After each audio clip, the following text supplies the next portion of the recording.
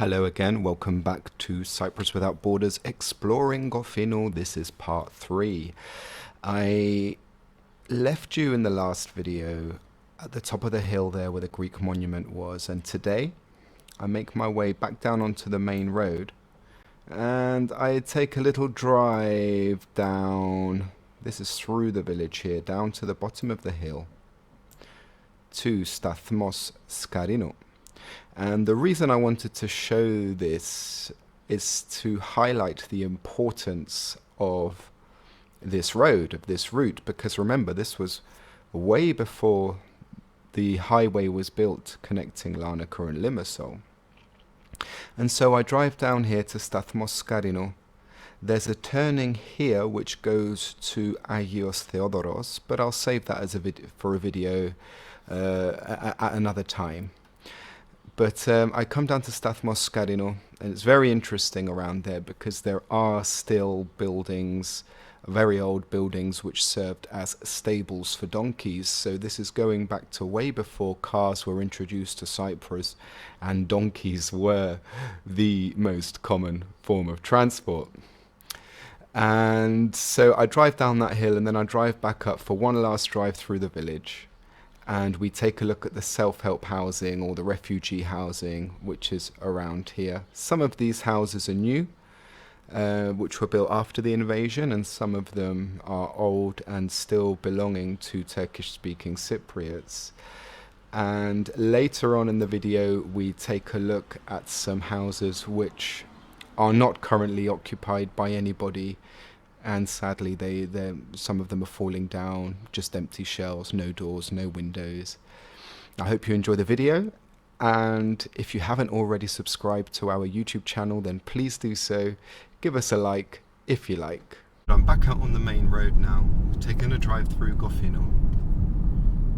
And if I drive down the main road here, as I exit Kofinou, I'm driving towards Chirogidia and Skarinou. Well, first we get to Skarinou, and then it's Chirogidia. And this is the road I was talking about, which was very important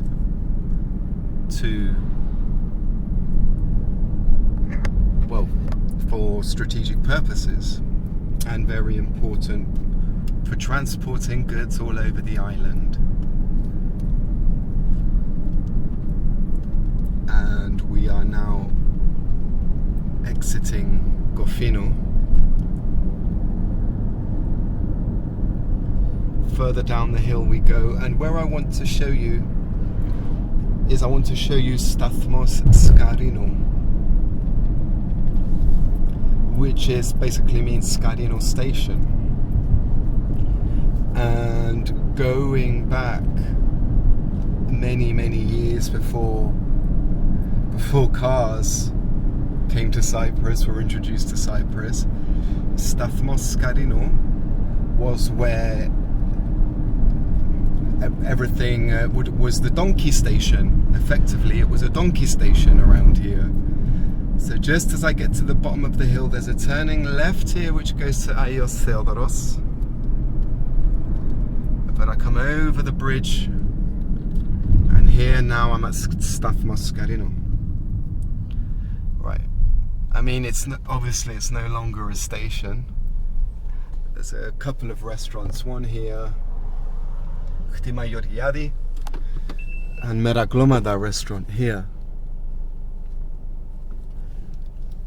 Both good reputations, these restaurants, both of them.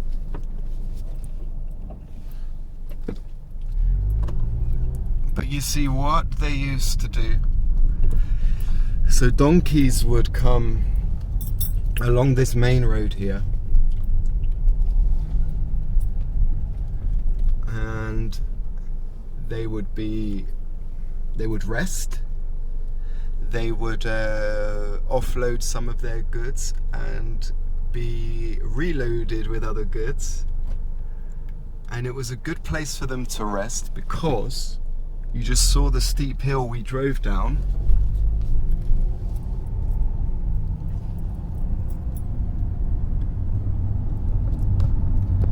There we go, this is the hill we just drove down, so they would rest here. and then continue their journey up the hill. It's a very steep hill. They would continue their journey up the hill here, and from here they could carry on to Lefkosia and to Larnaca, and obviously in the other direction, the direction I just drove down, they would go to Limassol or Paphos.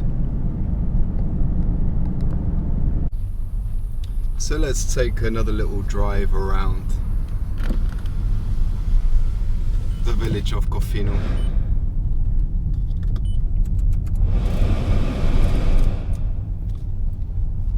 Like I said, this village is inhabited exclusively by refugees,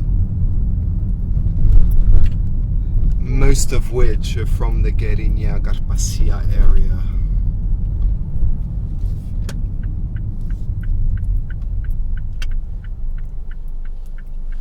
This building I've always found interesting. Kent. I'm not sure what it was. Maybe one of our members would be able to tell us.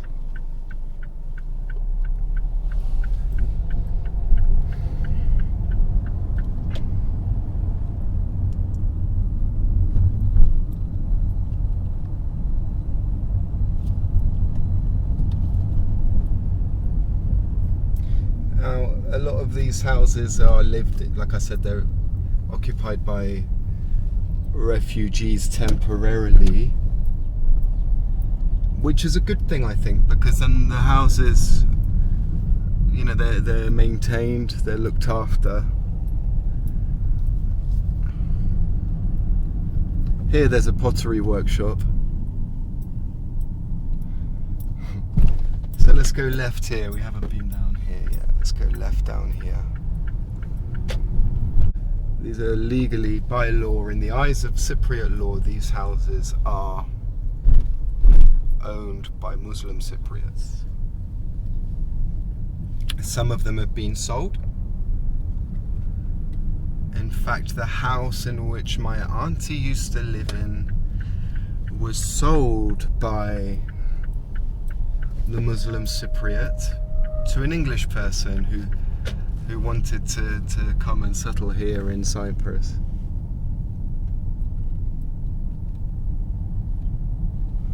And now refugees living in these houses.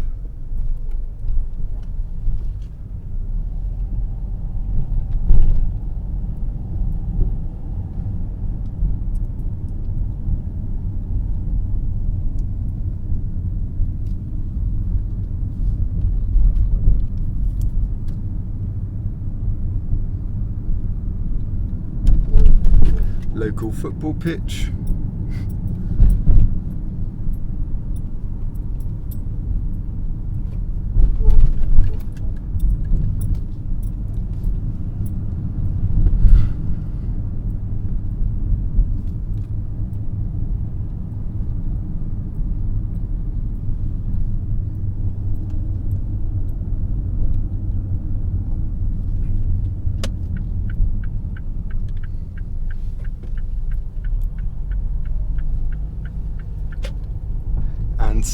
Some of these houses were built after the invasion to house more refugees, for more refugees to provide more housing for refugees. So coming in to the village from the south side, so from closer to Mazodos, I mean, this sign here has seen better days, obviously. Look at that. I mean, this sign, last time I drove past here, it was in perfect condition. I'm not sure what's happened here. Where you approach the roundabout and you go towards either, well, the first exit says self-help housing, and then Kofinou to the mosque, where we've already been. We've already been to the cemetery. And the self-help housing is where we just drove past as well. They call it self-help housing. This is where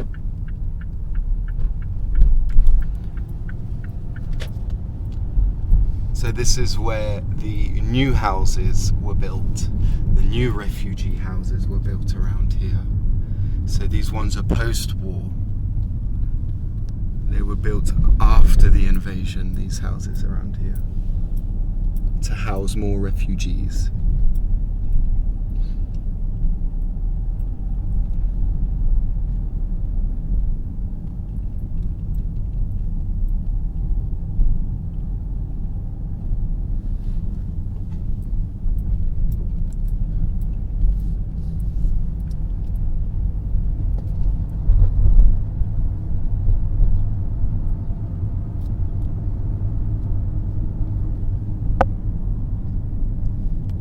More self-help housing.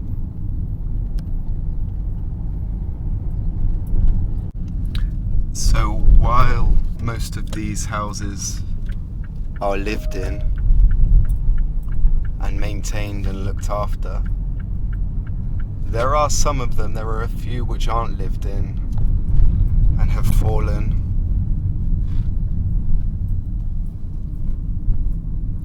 And I'm going to try and find some now. I mean, this house up until recently was just an empty wasted shell. But somebody's moved in and it's been fixed up.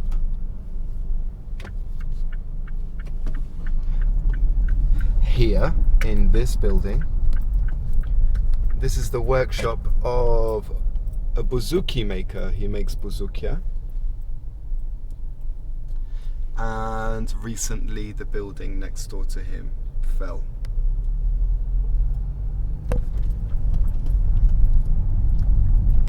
So this is again the area where the mosque is.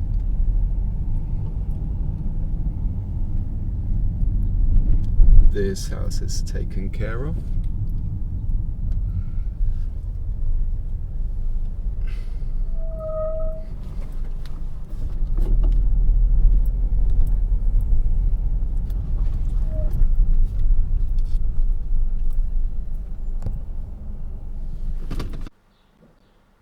So in the final part of this video, we've taken a little drive back through the village, and I wanted to have a look at these abandoned houses, these empty houses, and I was surprised to find that one, maybe two of these houses had been set on fire.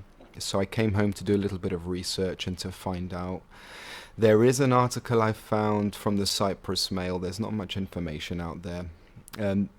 This article I found from the Cyprus Mail, which explains an abandoned Turkish Cypriot property was set on fire in Kofinou. So this only talks about one property, not two.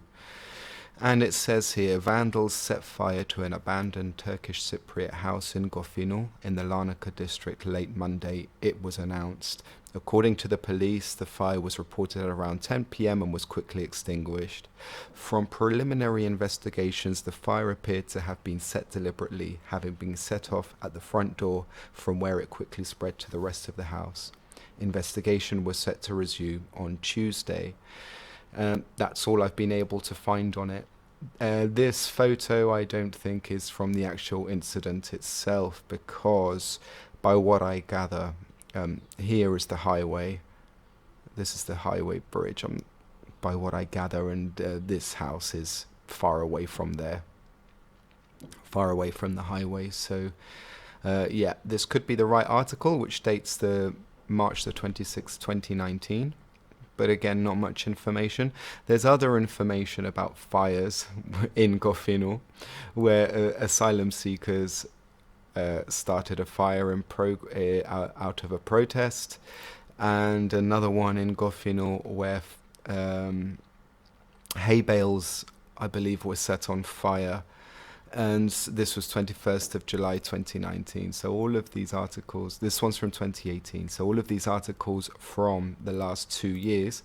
The most likely one is this one, which I spoke about earlier.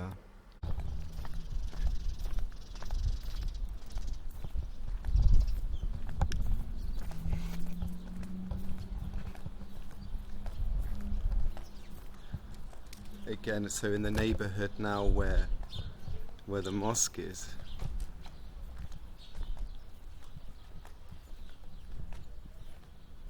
this house hasn't been maintained.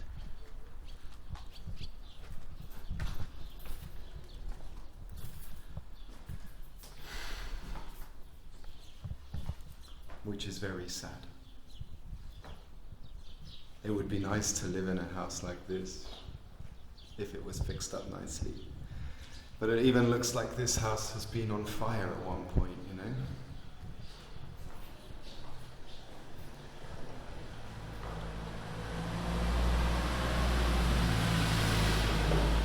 Whether it was deliberately set on fire or if it was an accident. We do tend to get a lot of accidental fires in Cyprus. I mean, it's difficult to tell, it's difficult to know. We can only speculate.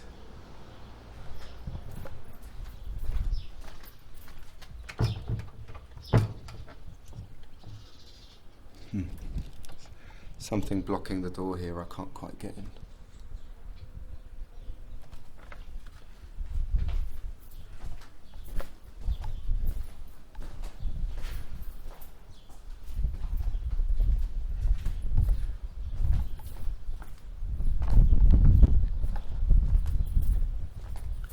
And further, and of course here, it looks like this house, I mean, it was definitely lived in at one point. I think it's still lived in now. And it looks like they're building an extension on the top of this house. Yeah, it's definitely lived in still. Flowers in the garden.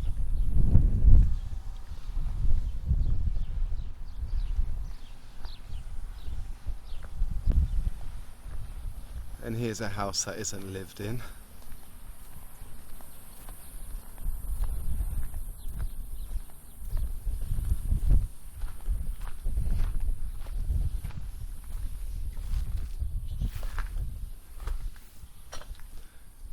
Looks like this one's been on fire as well.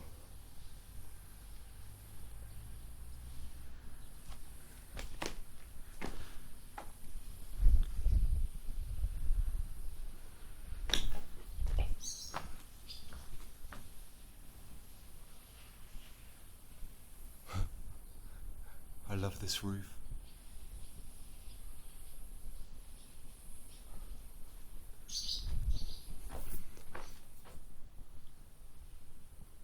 Then again, maybe it hasn't been on fire because that roof would have burnt very quickly, very easily.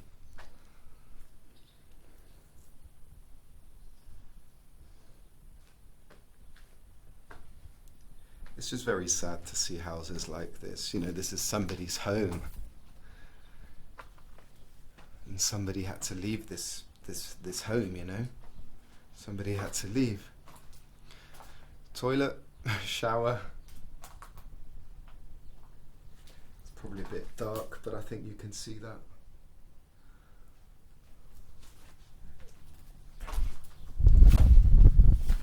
And a somewhat overgrown garden.